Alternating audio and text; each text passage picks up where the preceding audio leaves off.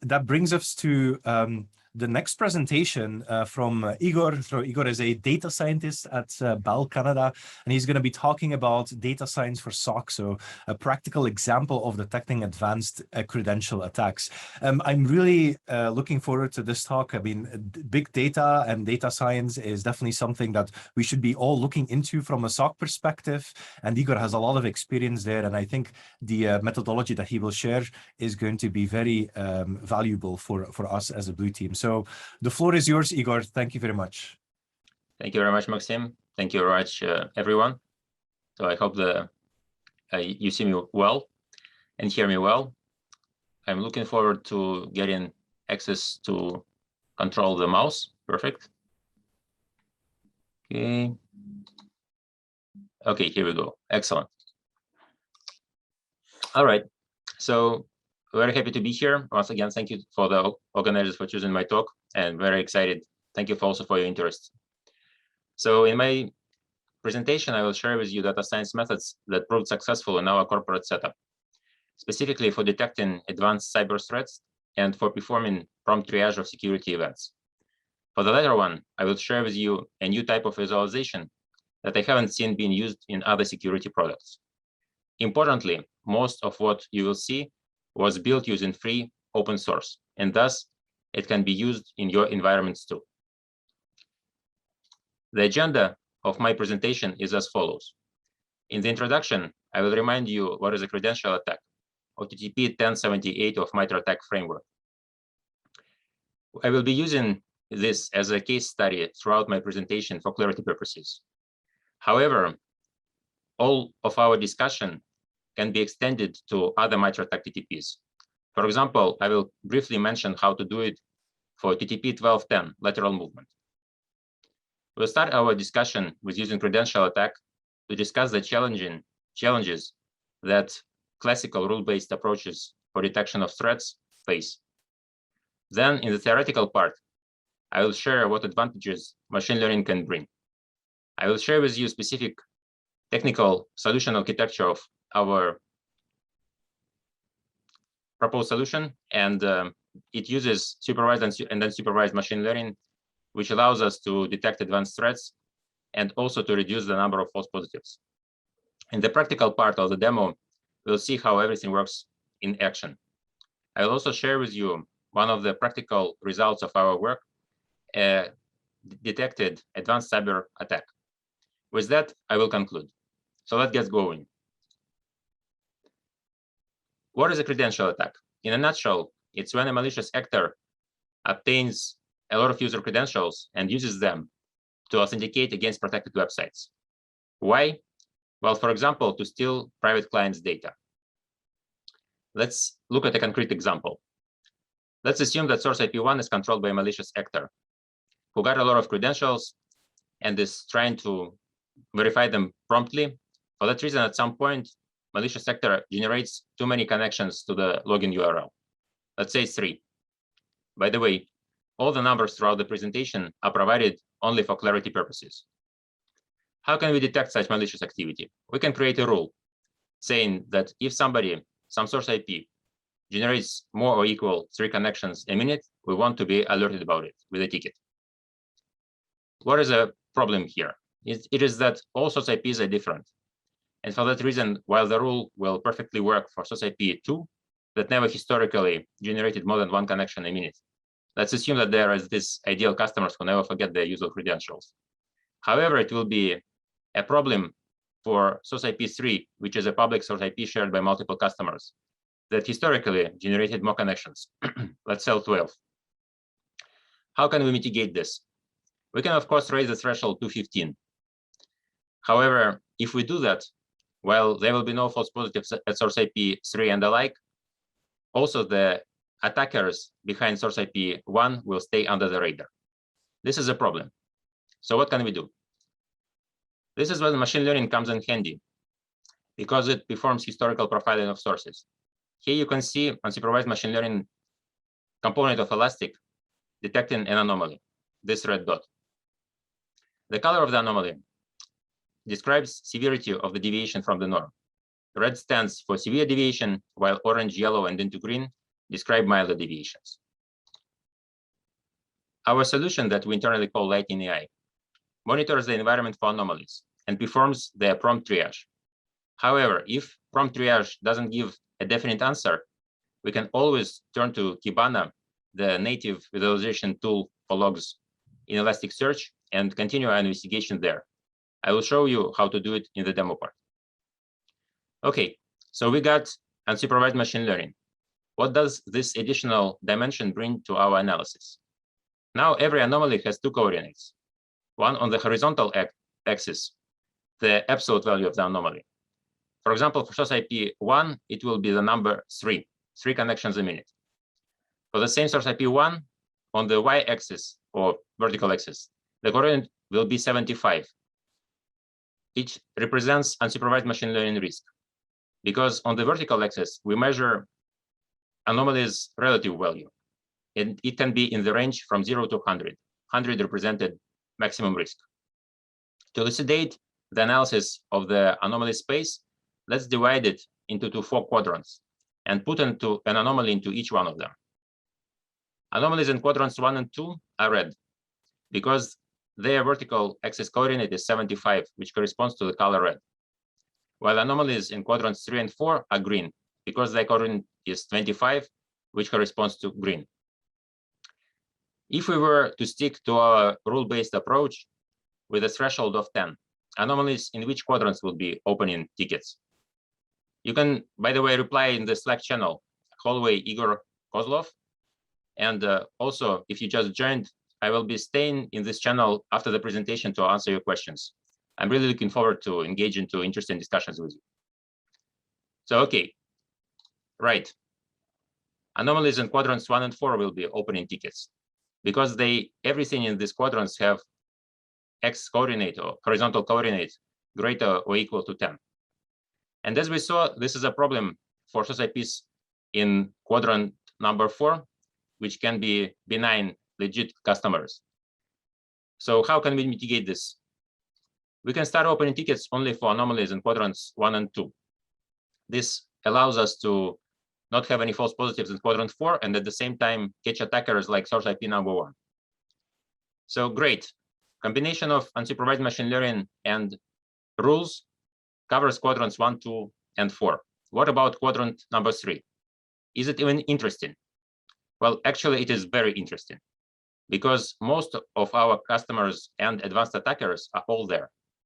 For example, this orange dot could be a customer who forgot their user credentials and is trying to guess them, while this green dot would be an advanced attacker who is using automation tools trying to stay under the radar. So does it mean that we cannot distinguish between our customers and advanced attackers? Good news, we can. But for that, we need to bring our security expertise into the context by using supervised machine learning. Why is it even possible? What gives us an edge? It is that us, defenders, we have the data. We know how our customers really behave, while malicious actors trying to mimic our client's behavior have to guess it. And if they guess incorrectly and go too high, they get noticed. If they go too low, first of all, they also get noticed. But more importantly, when doing so, they reduce the number of connections per IP. And thus, to maintain the intensity of their attacks, they need to increase the number of controlled nodes, which drives their costs up. And as we know, a lot of attackers are after economic benefit. Thus, with our solution and making them control more nodes to just have the same intensity of attacks, we de-incentivize them to continue their malicious activity and incentivize them to leave. Once they leave, our security teams has less incidents and can spend more time focusing on those attackers who persist. So it's a win for us in any case. All right, let's get more technical. Here is a slide showing the solution architecture. I know it's a very loaded one, so we'll take it piece by piece. First of all, here we see different MITRE ATT&CK TTPs. Let's start with the credential attack. We have a lot of machine learning jobs that are tracking anomalies in different type of logs, for example, web and WAF logs. They also track for different type of anomalies, for example, volume anomalies and cardinality anomalies. Volume anomaly on web logs would be tracking the number of connections from a given source IP, while cardinality anomaly on WAF logs would be tracking number of distinct usernames used when authenticating into our websites from this IP. We will talk a bit more about different types of jobs that can be created and that are very helpful for improving the quality of our detections. However, I think the idea is clear. Let's now see how it generalizes to other TTPs. In this case, TTP 1210 lateral movement. Of course, here we will be using different type of logs. For example, Sysmon and firewall logs are good candidates. And volume and cardinality anomalies will be correspondingly tracking the total number of network connections from a box and the number of distinct destinations that this box tries to connect to. Okay, I think the idea of how it can be generalized is clear, and thus this approach can also generalize to other TTPs. Let's get back now to our credential attack. So we have a bunch of unsupervised machine learning anomalies. What next? Next is the second part of our solution, the supervised machine learning model. Why is it important? It is important because it aggregates unsupervised machine learning risk. If we were not doing so, and we would be opening tickets for every unsupervised machine learning anomaly, we would be flooded. Thus, supervised machine learning allows us to bring into the picture our security expertise and our understanding of the environment.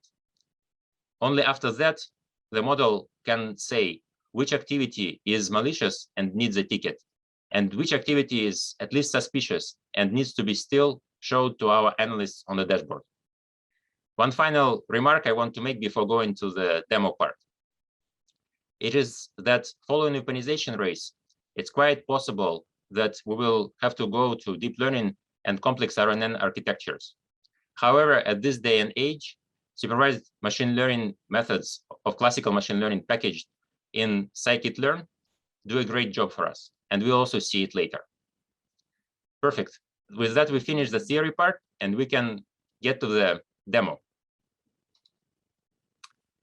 We will follow a scenario that we are analysts and we receive a ticket that some credential attack activity is observed on this source IP 109xxx at this time. Once we get to the page of our application, we will see this screen. On the left, we will see a heat map of all the anomalies in our environment. On the horizontal axis, we will see the dimension of time, the timeline. On the vertical axis, we will see the dimension of attackers, all different source IPs that show malicious or suspicious activity. Now is a good time to talk about different type of jobs.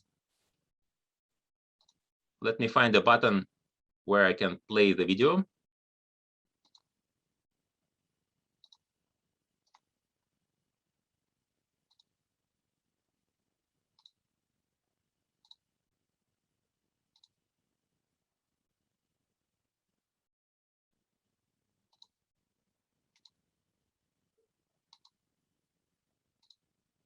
All right, so the problem here is that there are small videos, and when we were trying it together with organizers, I was able to play them.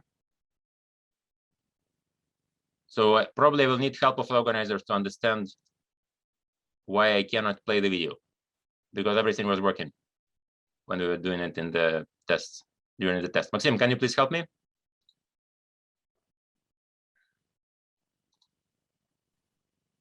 Yes, Igor, let's see what the issue is. Just a sec. Maybe you can just press the play button and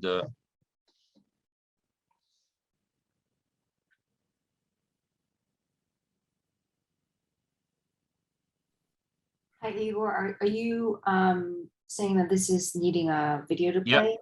Yeah. So there are several slides with embedded videos. Igor, do you have the slides on your own machine by any chance? Yeah, of course. A great idea. Yeah, I'll go ahead and stop sharing. And if you want to go and share your screen, I think that will work. Fantastic. Okay, thank you. All right, so let me just start the presentation here.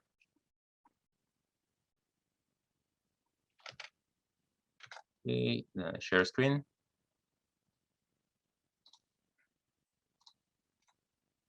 Okay, perfect. So as you know, we all work in security, right? So things happen. So that's a good example of how things go off track sometimes, but how can we really well fix it in time, in no time? Okay, so let's talk about anomalies, right? So as I mentioned, here we will see output of all anomalies. And here, if we want, we can focus on only output of specific unsupervised machine learning jobs. This is a good time to talk about different type of jobs, because we can see a list of jobs. So let's focus, for example, on this one highlighted here. So credential attack, and then volume IS-C8. So what does it mean? So volume we already understood. It's the total number of connections from given source IP. Then what is IIS? IIS is Windows Server logs. So here it is beneficial to split the logs into several categories. For example, split IIS and Apache logs, so Windows and Linux logs. Why so? It is because all different type of servers probably also host different type of applications. And for that reason, behavior of our users will be also different. Another thing to split traffic would be in-country and out of the country. So you understood that I'm in Canada, right? So this is our in-country traffic. This are just two ideas how you can potentially split benchmarks, but benchmarking is very important. It really improves us to improve the quality of our detection. All right, so now we are ready to see the investigation of the ticket. Ticket is specified that there is some suspicious activity coming from source IP 109.xxx. So let's zoom in and see what exactly is going on there. If we hover over any of the anomalies, we will see minimum information. Time it was detected by 43, source IP 109.xxx, actual value 36. In our case of credential attack and the machine learning job tracking the volume of web logs, 36 corresponds to the total number of connections from this given source IP. Typical value 1. Once again, all the numbers here are provided only for illustration purposes. Record score, or we called it relative score and also called it machine learning risk, value is 71. Here we can see that 71 corresponds to the orange color, hence the dot is orange. Finally, machine learning job ID, credential attack, volume, IS, not CA. Let's click onto one of the anomalies and see more information. Here on the right is the new type of visualization that I announced earlier, the weighted chains. Nice thing about it is that it's pretty intuitive. And so later I will tell a bit more in details about how it is technically constructed. But I think that it will be quite intuitive to understand what I'm doing right now without further explanations. So let's check it out. Here we can see that the traffic was towards our login page. The traffic had status code 200 success. Those were post requests. User agent OS was Linux. User agent device was not detected. User agent name was Firefox. In total, there were 120 chains executed, and this represents 100% of the traffic. So this IP is quite interested in our login page and only in that page. As we saw in the theoretical part, it's always beneficial to add more dimensional into the analysis, and thus we will look into the same anomaly but in buff loads. Here the picture is a bit more complicated. For that reason, I will just filter onto one of the chains. So this one. And we can see that WAF considered this activity as brute force attack, and it alerted on it but didn't block. This specific chain was executed only once, this specific username. However, there were more than 50 different distinct usernames and thus attempted. Thus, it means that it looks like a spraying attack. To further confirm our hypothesis, let's add yet additional dimension, time dimension. Here we can see the minute-by-minute volume of the connections from source IP and aggregated data. In the previous 30 minutes, there were 301 connection. In the previous 30 days, same number, 301. This means that the source IP that we haven't seen for at least 30 days came and unloaded quite a bit of traffic on our login page. that looks indeed like an attack. Here on the left, we can see information about all the IPs involved into the communication. Attacker's IP 109xxx, belonging to the faraway company, faraway city, faraway country. Our server XXX4, belonging to our company, our city, host name. We can also see that no accounts were accessed in the 30 minutes preceding the anomaly, which means the attacker is not successful so far. This is good news. However, as an analyst, we should still be concerned. We should follow the incident response playbook and quite possibly block this attacker if it didn't happen automatically. With that, we finish investigation of this ticket. I think everything is clear here. Okay, I guess you wonder why the title says classical threat. Well, it's because let's look again into our environment. Does everything look good to you? Well, if you ask me, I would be very interested to understand what is happening here. So a bit more, 3 minutes of demo. In this area, we see a lot of anomalies. All of them are green, which means that they represent individually small deviations from the norm in terms of unsupervised machine learning. However, the fact that they all occur about at the same time makes me think, is it a distributed attack? Let's check it out by investigating one of the anomalies. Let's say this one. We can see here already observed pattern of spraying attack. This chain with this specific username was executed once, and same is true for the other chains with other usernames. What about looking at the same anomaly in terms of web logs?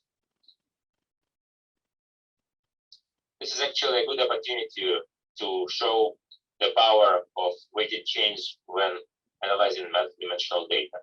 Let's say we're interested in analyzing traffic towards our login page.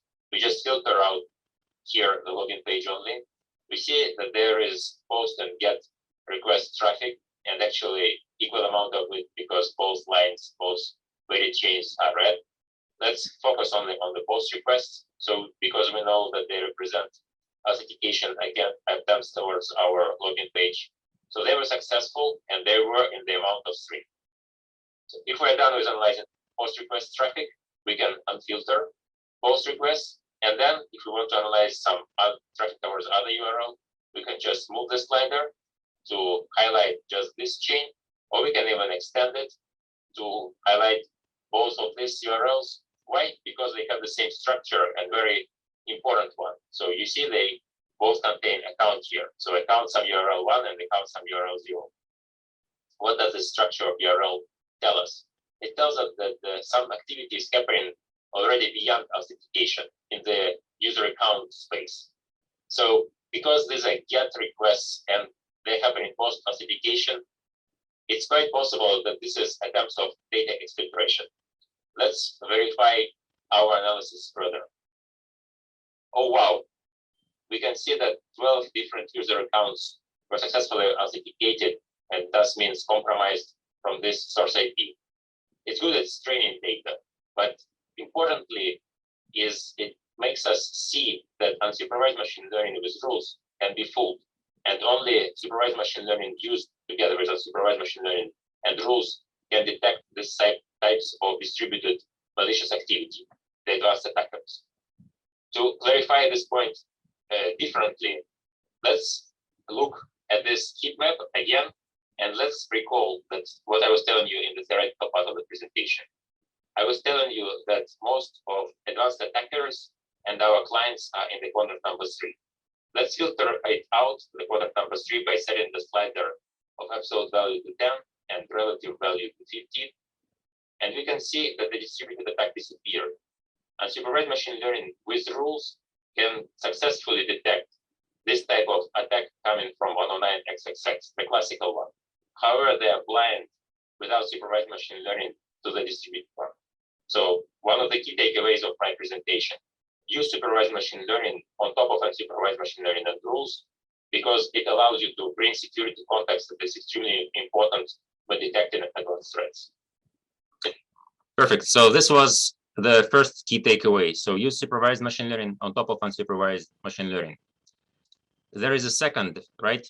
So weighted chains, this new type of visualization. We already saw its power But let me also highlight that it's also allows us to do triage quickly, promptly. And why is it important? Because no solution is perfect. Our solution also has false positives. However, look how promptly we can analyze them without a need to fetch additional logs in Elastic. 2 minutes. And click onto one of the anomalies. We see again the pattern of a sprain attack. We see that WAF considered it as brute force attack. It alerted of it, but didn't block. However, have a look at the usernames. All of them are derivatives of the name Joel Doe. So it's likely that actually behind this traffic is a customer who forgot their user credentials. In this case, it is likely that they forgot not only their password, but also the username. If we investigate the weight of the chains, we can see that this chain was executed twice with this username once, and with this username 3 times. So it's likely that the customer thinks Joe_door is more likely their real user credentials than the other usernames. Let's look into the same traffic in WebLog. First of all, we can confirm here that as in WebLogs, there were just 6 attempts to connect. So 3 with one username, 2 with another, 1 with the third one. But what is more interesting is analysis of these 2 chains. So these URLs, our site, login, some URL 1 and some URL 0. If I was able to show you the anonymized data, just from the names of them, you would be very easily convinced that these are URLs visited by a customer who forgot their user credentials and tries to restore them. If you're still not convinced that this is a false positive, or you're just more comfortable doing your analysis using Kibana, you can just copy paste this filter into Kibana and see the same traffic using natural Kibana visualization way. However, I want to tell you that our analysts confirmed that Lightning AI and specifically weighted chains view saves them quite a lot of time. Here is a good time to come back to how weighted chains is constructed. So it is built on 3 ideas. First idea, it uses parallel plots, as you saw. So while parallel plots usually show raw data, in our case, we show aggregated data, which brings us to the second point. So we perform group by on all the columns, of course, except the last one, which gives us the counts or the weights of the chains. And the third point, as in heat maps, we use color to represent the magnitude or the weight of every chain. There is a discussion with designers. They think that color should not be represented magnitude. However, in science, there is justification why it can and should be doing that. We can chat about it in the Slack channel after the talk. Finally, in the ascending order, we show all the weights. Thus, when I look at this picture, even without filtering, I can say that this chain, the red one, is the one that the source IP executed most. Okay, now let's summarize. We got a lot of information. So let's see some takeaways. So first, we monitor our environment using multiple dimensions or multiple different entities, multiple different log sources. It could be multiple different types of anomalies. It could be multiple baselines.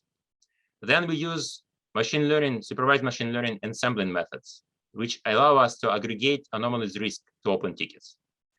We usually start with analyzing individual anomalies. That's why the weighted chains is helpful, because it provides a very prompt and fast deep dive and provides a powerful way to represent multidimensional data. Finally, let me share with you one of the practical results of our work, a detection of an advanced cyber threat, distributed attack. This attack was lasting 9 hours and originated from 200 IPs from 50 different countries. Here is the histogram of reputation of the participating IPs according to IP void. I want to highlight here 3 points. First, we didn't use any enrichment such as IP void for detecting this attack. Second, 3 days after the attack, when this histogram was made, several IPs participating in the attack still had good reputation. And third, most important point, other solutions that we use were not able to see this attack at all. With that, I conclude. We use machine learning that allows us to detect advanced threats that usually stay under the radar. And as you heard in the presentation by Microsoft people, Johanna and Thomas, this is still one of the problems, this type of attacks. So our solution uses unsupervised machine learning by means of Elastic. And if you don't have Elastic license, no problem. You can use Spark ML, it's open source free. Then we use ensemble learnings by means of Scikit-Learn, again, open source free, and Python for back and front end. We also recommend you to use weighted chains because it proved useful for us, and we hope it will be useful for you too. I am really looking forward to answering to your questions. With that, I finish my presentation. I once again thank the organizers and you for your attention and wish you to enjoy the rest of the summit.